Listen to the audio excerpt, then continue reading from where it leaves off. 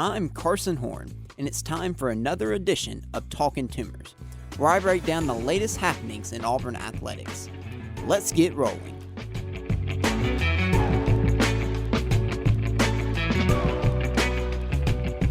Is Auburn football back? That's what everyone wants to know.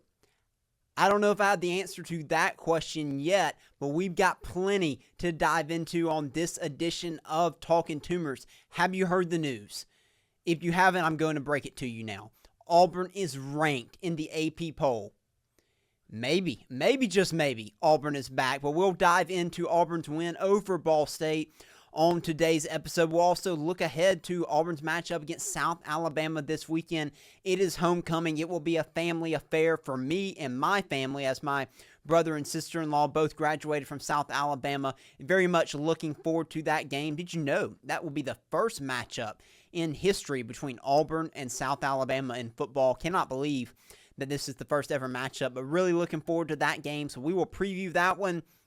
And we'll talk plenty about the positives, about the negatives, about Auburn football. As we are now 2 weeks into this Auburn football season, and we know it'll go by quick and it'll go by in a hurry. So let's enjoy it, folks. Enjoy Auburn football. Enjoy this college football season. Thank you all so much for listening to today's episode or watching. If you're watching on YouTube, I really appreciate it. If you haven't already, and ask you to please like and subscribe to the show. That will mean a ton to me, and I really, again, appreciate you being tuned in to this week's episode. So let's get into it now. Auburn beat Ball State on Saturday night 42-3. It was the first home game of the season for Auburn, the first game in Jordan-Hare Stadium, and it was electric. It was a great atmosphere. It was sold out for Ball State. I think the 16th straight sellout or 18th straight, something like that for Auburn, dating back the last couple of seasons. Despite how things have gone the last couple of years, Auburn fans continue to show up and continue to bring excitement and energy to the stadium and to this football team. And that's what we saw on Saturday night. And Auburn got a big win. Should have gotten a big win. Auburn didn't quite cover. I think the line was around 45.5 points, a massive line in this game. But Auburn took care of business and did what they were supposed to do. And you don't take that for granted. In a week where we saw upset after upset, in the past 2 weeks we've seen upset after upset, you don't take anything for granted this year in college football. Auburn could have been like Clemson and in a battle with Troy. Auburn could have been like Florida and lost to USF. You take a victory where you can get them even if it's against a bad team like Ball State. So a good win for Auburn. But let's go through the good and let's go through the negatives. When I come and I think about a game like this, it reminds me as a kid, I always played for my dad growing up. He always coached me in baseball. And I always think about how he used to get the most frustrated as a coach in games against lesser opponents. And, well, that kind of has worn off on me a little bit. And I'm in the same way. So when I watch Auburn play in a game like this against Ball State or against any opponent that does not have the same level of talent that Auburn does, I get a lot more frustrated typically than I do in other games because I'm grading Auburn extremely harshly because I know that, hey, these guys are not nearly as talented as you. You should dominate. The thing about it is the other guy's still trying. So even if they're not as talented, they're still giving effort. They don't want you to beat them. And so I have to remember that. So I don't want to come off as too negative or too harsh or as I'm down on the team. I'm not when I give some criticism from this game on top of Auburn. I have been overall fairly pleased with this team, but I do want to address some concerns as well. But we will start with the good. We will start with the positives, and then I will get into the negatives. So the good. I don't know how you can say anything but positive things about Auburn's defense in this game. Held Ball State to negative yards rushing. Insane. Completely insane. 71 yards passing, so 68 total yards of offense from Ball State. Now Ball State's horrendous. They are. They didn't score any points against Purdue. They are really bad. But still, holding a JV high school team to 68 total yards of offense could be a challenge. So that is impressive. So I don't want to take anything away from Auburn's defense, no matter the opponent. Set some records with how they played in this game. Double-digit tackles for loss. Just incredible from this Auburn defense, and had a bogus call from the officials not gone against Auburn, Auburn would have shut Ball State out. Instead, Ball State ended up getting a field goal. So that's why this final score was 42-3. horrendous call if you saw it live. I saw it live on the field. Of course, saw the replay 100 times in the stadium. I'm sure you saw it all on TV. You're watching there. It's a judgment call. I thought the ref blew his whistle way too soon on that one. It should have been a fumble, forced fumble by Robert Woodyard. That was recovered by Auburn. However, it got overturned. It never happened because they blew the whistle dead for forward progress. Thought it was horrendous. That doesn't happen, though. Auburn shuts Ball State out. So excellent performance from the defense. I did want to single out a few players in particular who had phenomenal games. Starts with Xavier Atkins. And for many of you, now if you're watching the show, you know who he was, but for many of you, you may have not known who Xavier Atkins was even coming into the season. And then you watched in these last two games and said, man, well, this guy's pretty good, and he is good. He transferred from LSU. He did not play last season at LSU. DJ Durkin saw his talent. He saw his potential, and he said, hey, this guy may have not played LSU, but he's going to fit in my system. He can be a player in my system. And throughout fall camp, he did really well, and now he has put himself in a position to be a starting linebacker this year for Auburn, and he's playing really well. And he had a fantastic game against Ball State. He had 5 tackles and 4 tackles for loss, as well as 2 sacks. I mean, it's hard to get a better stat line than that from Xavier Atkins. And again, he played well in the Baylor game as well. He's going to be a big piece. I was unsure of how good he would be just because he hasn't played much at all coming into the season, but in a 2-game sample size we have of him so far, he looks really good, and he looks like he's going to be an important piece to this Auburn defense this year. He's extremely athletic, but he's not playing too fast. Sometimes you play too fast, you can miss your holes if you're a linebacker, you can get ahead of things. That hasn't happened so far, and that's a good sign for this Auburn defense. Sylvester Smith, man, what a game he had in this game. 6 tackles, 1 tackle for loss.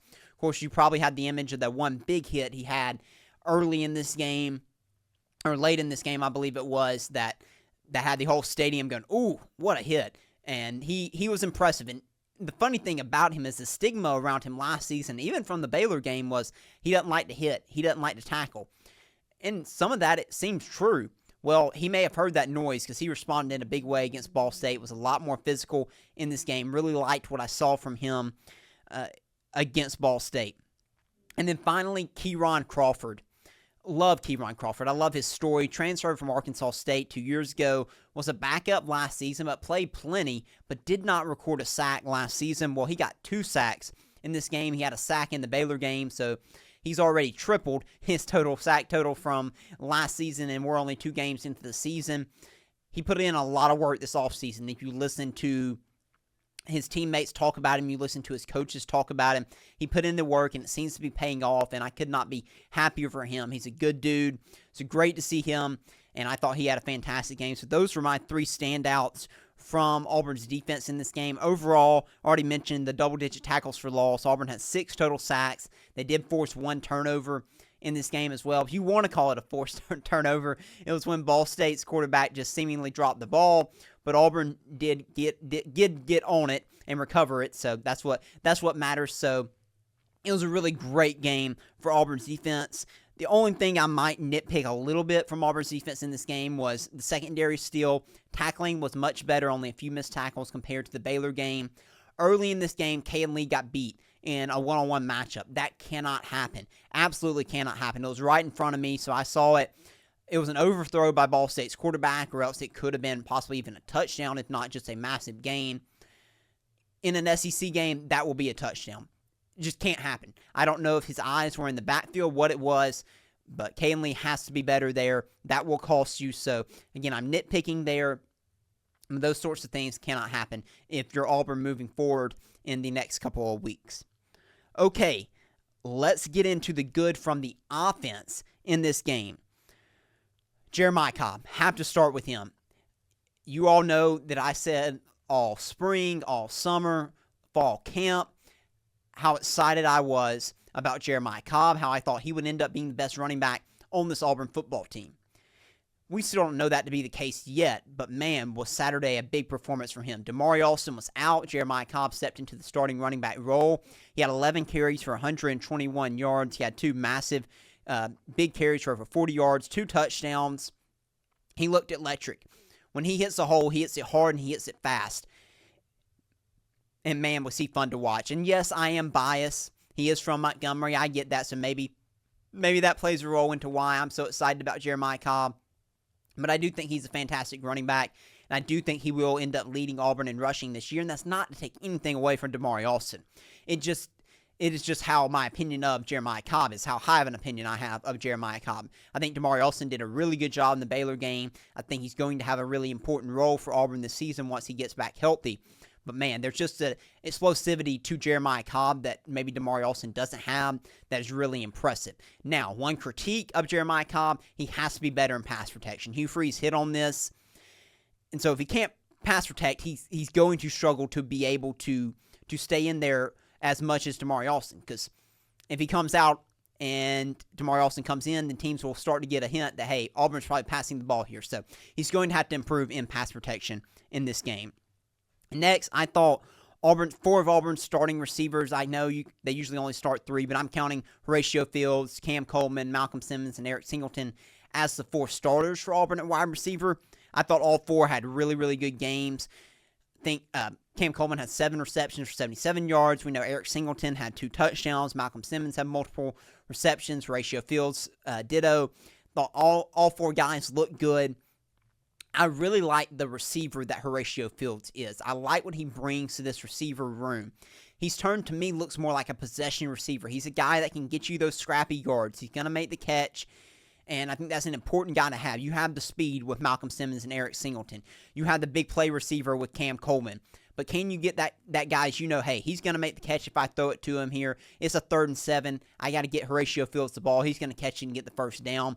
That's the type of receiver I've seen from Horatio Fields through the first 2 games of the year, and I think that's important for Auburn to have in this receiver room. So I really liked what I saw from this group. Got to have a bigger game, all 4 of them, than they did against Baylor. Baylor meant they were going to take away the passing game and made Auburn beat them running the football. Auburn had a focus to throw the football in this game, and it allowed the receivers to have a bigger game. So excited for them, and they looked good in this one. Jackson Arnold, also, I have a few critiques of him, but overall, look, you can't complain about 24 of 28.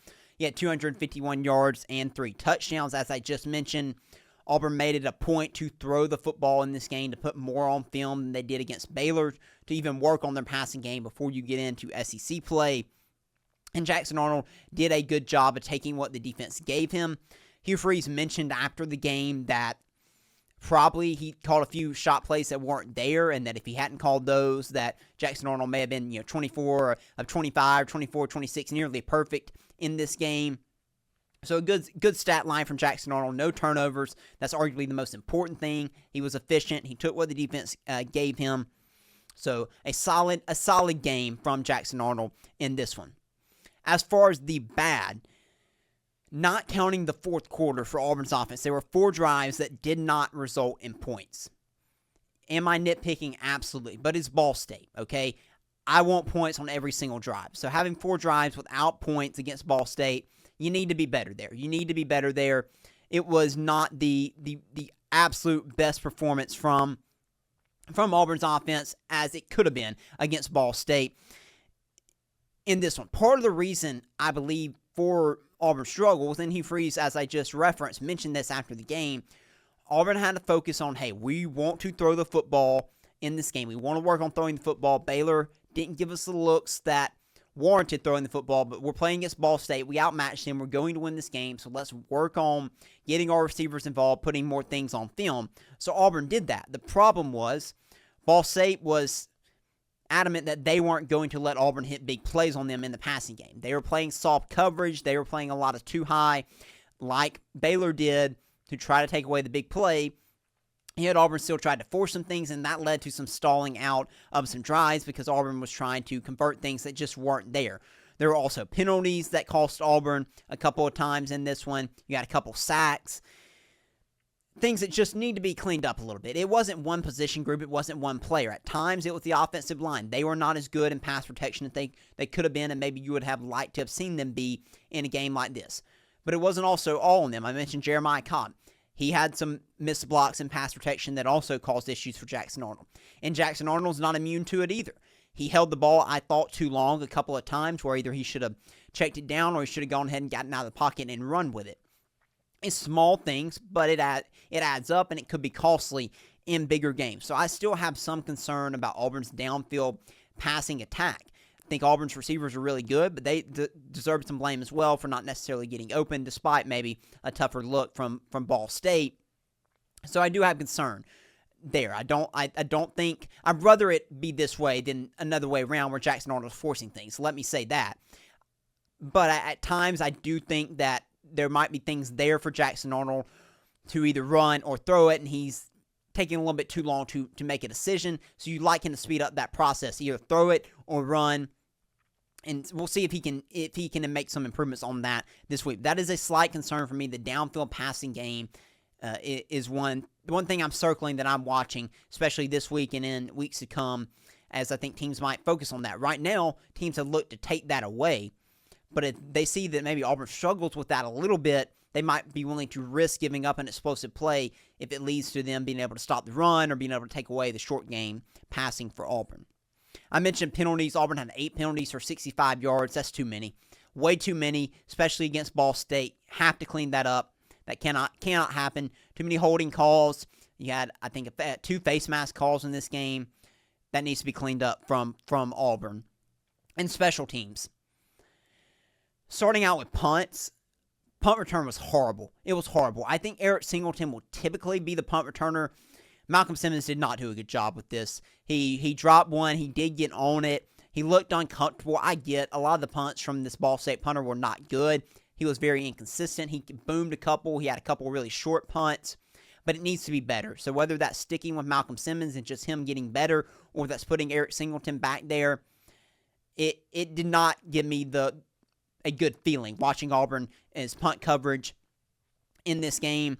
Kickoff was fine. Again, you had the injury. Towns McGoo, Connor Gibbs from Southern Miss came in there, kicked off well, but punt was really tough. And then field goal kicking. So Towns McGoo got hurt in this game. I was keeping up with my notes as I'm recording this. Hugh Freeze has been speaking to the media. Hugh Freeze did say that Towns McGoo, he thinks will be fine, but he didn't offer a timetable on when he might be back. I'm concerned about the kicking game. On field goals. I'm not on kickoffs, but on field goals, I am concerned. Look, Alex McPherson doing a great job. It is an incredible story that he was able to come back and be able to even be on that football field this year. He's doing a great job with extra points, and he can kick short field goals. That's not an issue. Auburn is perfect so far on field goals. They're not perfect. They're perfect inside, I think, the 35. Towns McGoo missed the one on Saturday. That's my concern. Right now, it hasn't cost you. But you get into SEC play, you're going to need to make longer field goals. You're going to need to make some 30 to 40-yard field goals, maybe even a 50-yard field goal. Do you have anyone who can do that? Can Towns McGoo do that? Can Alex McPherson get up to enough strength where he can do that? I'm not sold that Auburn's going to have that capability yet. And if they don't, it's going to adjust how you attack offensively. And we could be back in the same situation where we were last year, and that is Auburn struggling in the red zone at times because you're concerned about your play calling because you know you don't have a kicker who can kick from very far. So it is a major concern for me. It's a major red flag for me, and I wanted to go ahead and get out in front of it before we get to the Oklahoma game or we get to the Texas A&M game and Auburn misses a couple field goals and that ends up causing Auburn to lose that football game. You hope that doesn't happen, but that's certainly a possibility. So Auburn's got to figure out what their strategy is going to be. Do they feel confident enough in someone like Connor Gibbs, who came in and did kickoffs, the transfer from Southern Miss, to kick those longer field goals if Towns McGoo can't come back? Even if Towns does come back, do you feel confident in him in kicking longer field goals? That's something you need to figure out and get figured out quickly for Auburn. So that is another concern that I kind of took away from this game, really from the first 2 games in general. But overall, you're 2-0. And that's all that matters. That is all that matters if you're Auburn. As I mentioned at the onset of the show, a lot of teams cannot say that. And there are a lot of positives to build on. Again, I do think Jackson Arnold overall has played well at quarterback for Auburn through his first 2 games. That is good. That is encouraging. Auburn's defensive line has looked really, really good. Auburn's secondary made improvements, looked better in week 2. But we still have a lot to learn about this team. We'll find out more this week, and we'll really find out a ton once we get into SEC play. But it's been a solid first 2 weeks for Auburn, despite maybe some of my critiques there. And finally, one more thing I wanted to address before we move on to our South Alabama preview.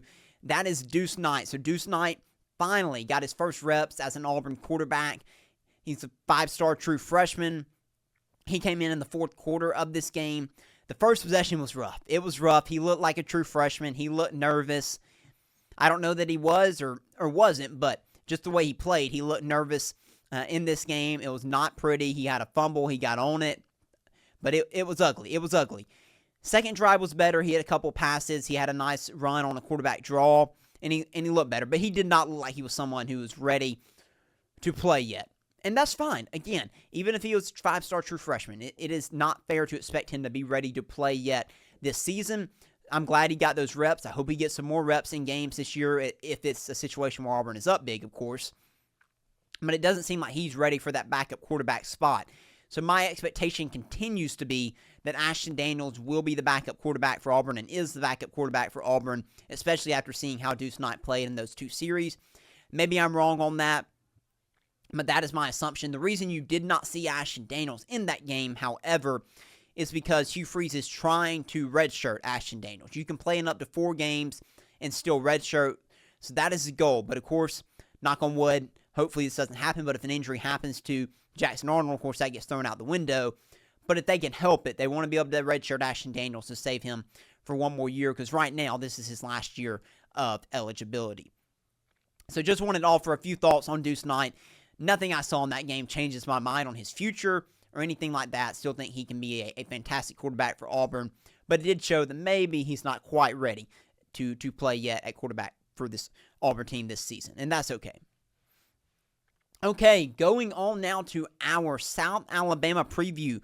This is week 3. This is homecoming for Auburn. This is an 11:45 a.m. kickoff inside Jordan-Hare Stadium, the only early kickoff that Auburn has at home this season. So that is nice for fans. I guess you enjoy tailgating all day. This will be the only early game that Auburn has. So South Alabama, a quick preview on them. They lost 33-31 to Tulane this past weekend. A very good Tulane team, I think.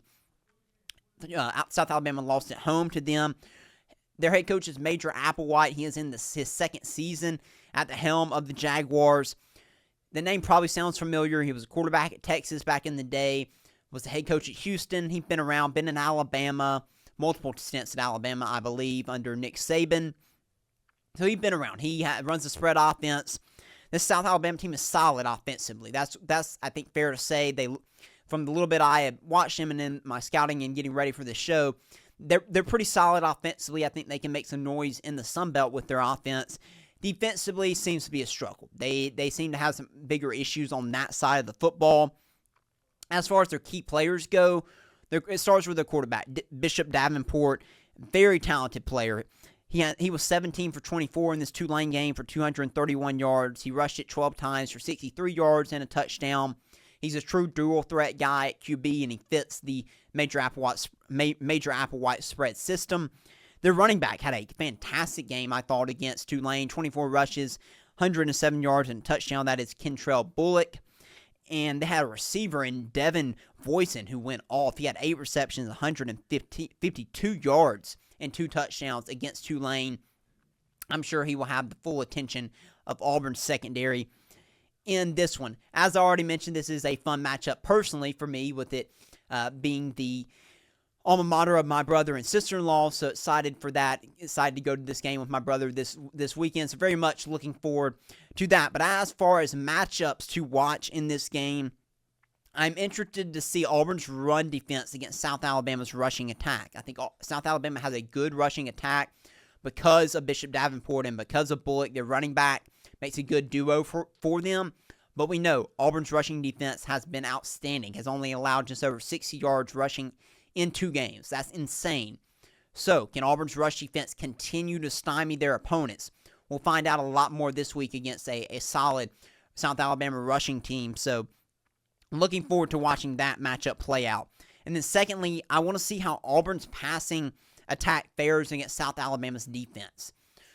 I don't necessarily see Hugh Freeze looking to just practice pushing the ball down the field against South Alabama, because South Alabama is a better team than Ball State. So you can't just go out there thinking this is going to be a glorified scrimmage. No, South Alabama is good enough to compete in this game if you don't play well. So therefore, I expect Auburn to have more of a traditional game plan, so a lot more RPO, less shot plays. But does South Alabama look at the tape from the last 2 weeks and say, you know what? Auburn doesn't seem like they're a great downfield passing team. So we're going to take the risk. We're going to come up a little bit closer to the line of scrimmage, and we're going to see if they can beat us over the top, hit a couple explosive plays on us. I'm interested to see what South Alabama's strategy is in this game against Auburn's passing attack. And so that'll be something I'm watching for. I expect Auburn to be able to run the ball successfully, but how do they throw the ball on the South Alabama defense?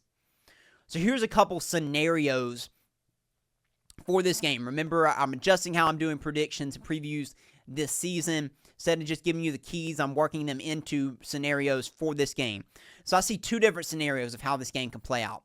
Scenario A, Auburn dominates this game if they run the ball successfully, stop South Alabama's run game, and then you play a clean game overall. That means turnovers, you don't have those, you don't have a ton of penalties. If Auburn does that, which is what they should do in a game against a team that you're more talented than, then Auburn will dominate this game. If they can hold out South Alabama's running game in check, South Alabama's not going to be able to throw for 400 yards on you like Baylor did.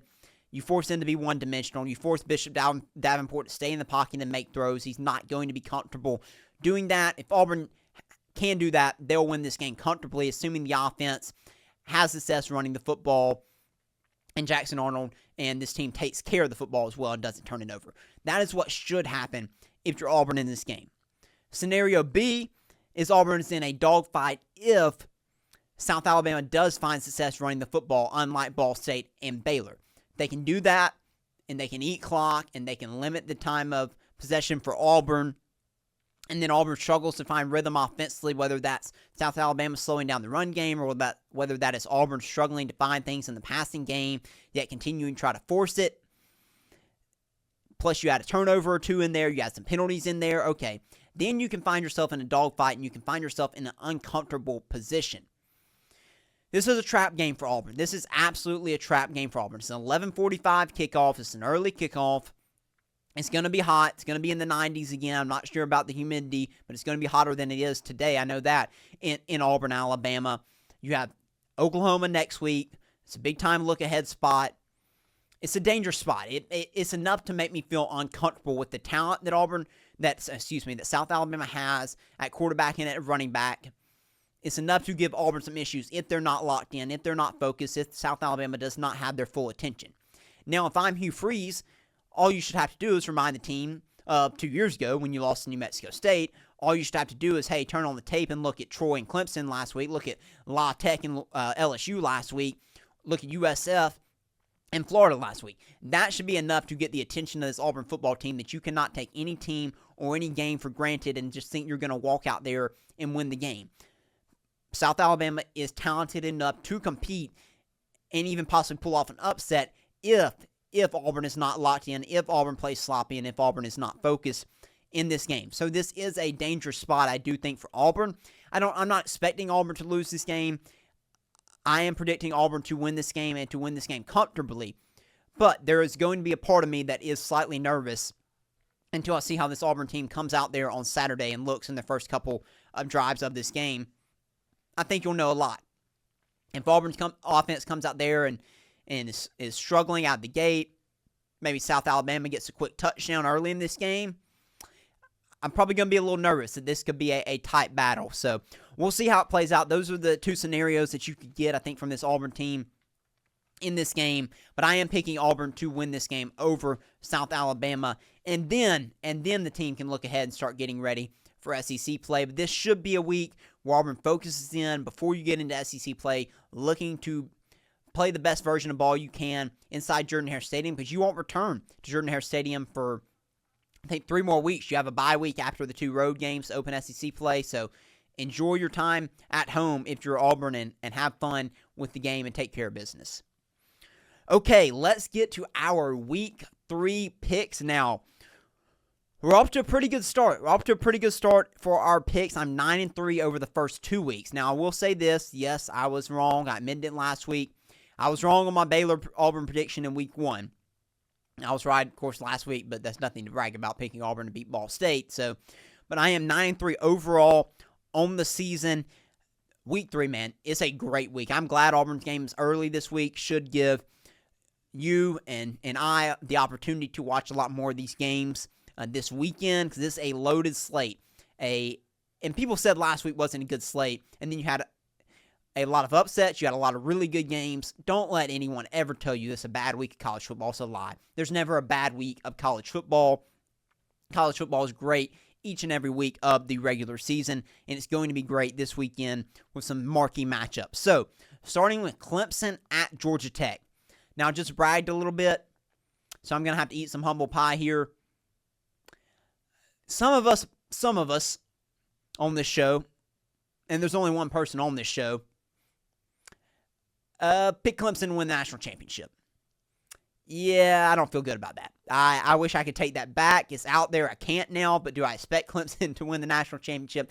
Absolutely not. They barely escaped against Troy. They looked bad against LSU. Now they travel to Georgia Tech, who I am high on. My concern in this game is Georgia Tech is Georgia Tech's quarterback Haynes King is banged up. I do think he'll play, but he was out in Georgia Tech's game on Saturday. What's his health status? He has to play for them to win this game. Assuming he plays, though, I am picking Georgia Tech to beat Clemson. I mean, Clemson just looked atrocious. I don't know how I can pick them in this game, so I'm going Georgia Tech over Clemson. Wisconsin at Alabama. I wouldn't have picked this game if you had asked me preseason, but after Alabama's debacle against Florida State in week 1 that I was not happy to see happen, but they responded well. Had a big win over Louisiana Monroe this week, but dropped 73 points on them. How will they play in another semi-big game this week at home against Wisconsin? Well, here's the deal. I was wrong. Florida State isn't horrible like I thought they were going to be. Wisconsin, I do think is horrible, and I don't think I'm going to be wrong about that. So I like Alabama, and I think Alabama's going to win big in this one. And we'll really find out, though, more about Alabama next week when they travel to Athens, Georgia. Speaking of Georgia, Georgia travels to Knoxville to take on Tennessee. A massive, massive Week 3 game. This is a tough 2-game stretch for Georgia, having to go to Tennessee, then returning home to play Alabama. Tennessee, another team that I might have been slightly wrong on. They have looked good through 2 weeks of the season, but this is another game where we'll really find out where they stand at this point. Joey Aguilar has looked good at quarterback. The transfer via App State, via UCLA, and now to Tennessee. Georgia slept walk against Austin Peay. They won, I think, 28-6. There was a rain delay. Just a weird day Saturday for them. But this is the first big test for Gunnar Stockton of this season. Of course, we know he played last year in the college football playoffs, but this is his first true test as the starter for the whole season. He's going to Knoxville. I like Georgia in this game. They're a slight favorite over Tennessee. They opened this around a touchdown favorite. That has already come down today. Tennessee, according to Pete Thamel, is going to be without 2 of their starting cornerbacks in this game. Georgia's wide receiver room is supposed to be better. It's expected to be better this season than it's been the last couple of seasons. We'll get to find that out on Saturday and whether or not they can exploit some possible deficiencies with Tennessee in their secondary. So I like Georgia over Tennessee in Knoxville this weekend. And then Florida at LSU.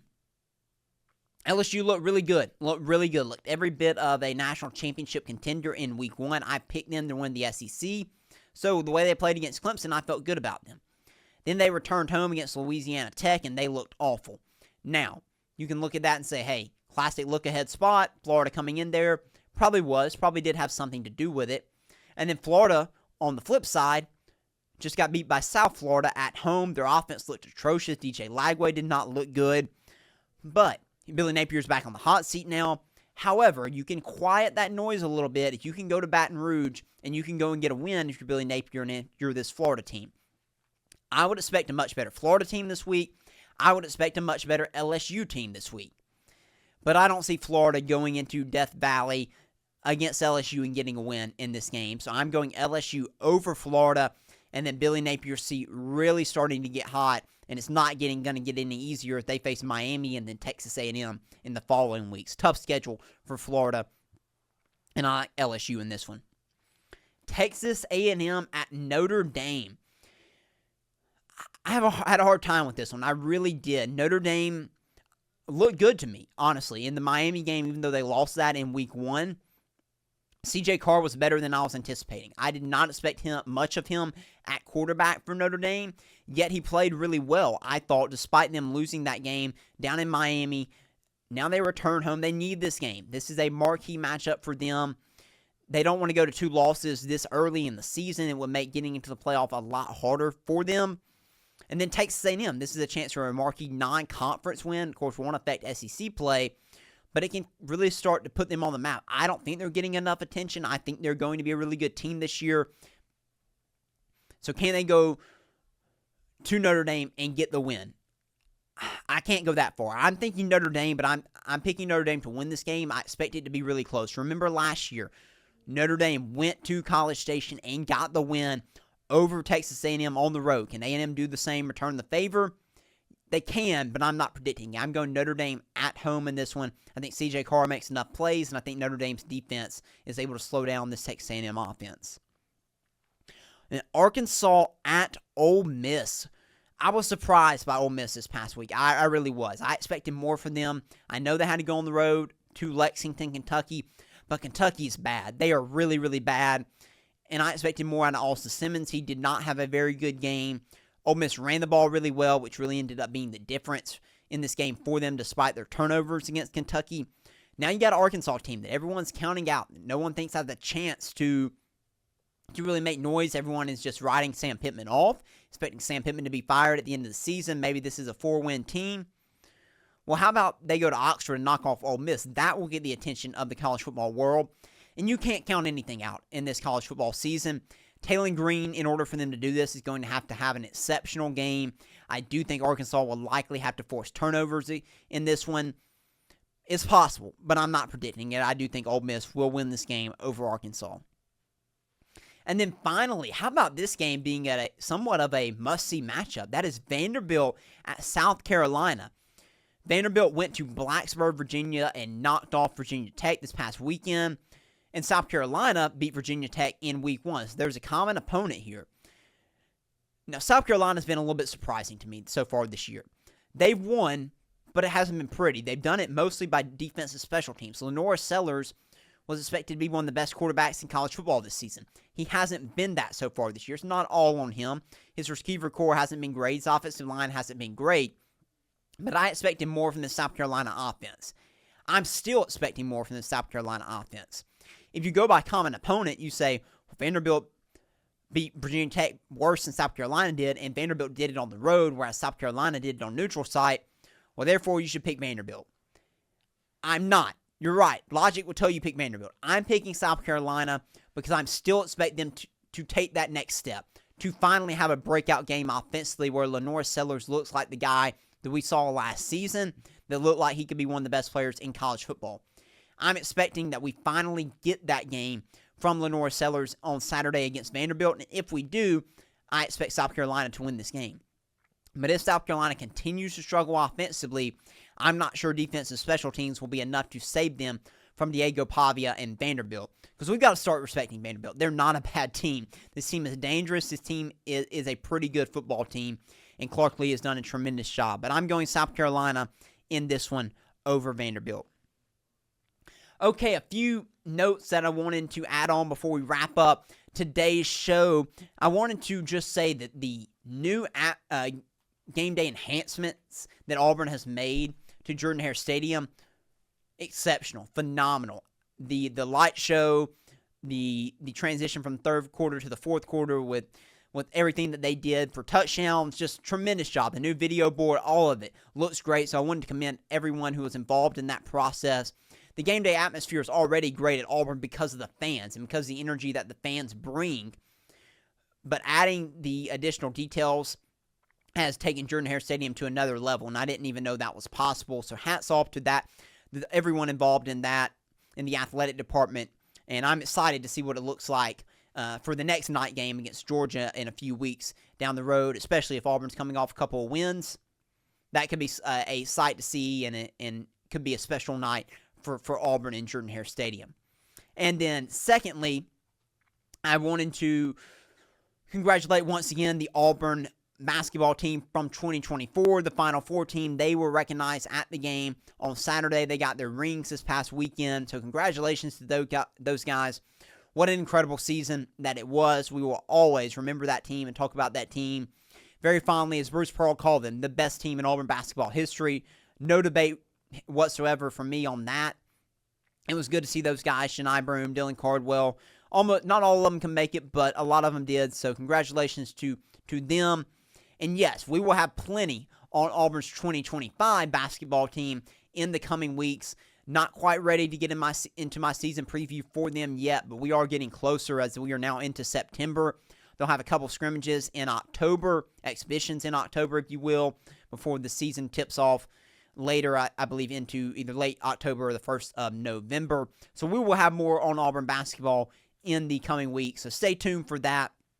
But that will wrap us up for this edition of Talkin' Tumors. Thank you all so much for listening. Like I mentioned earlier, if you haven't already subscribed, I please ask for you to do that. I really appreciate it. And we will be back with another edition of Talkin' Tumors next week.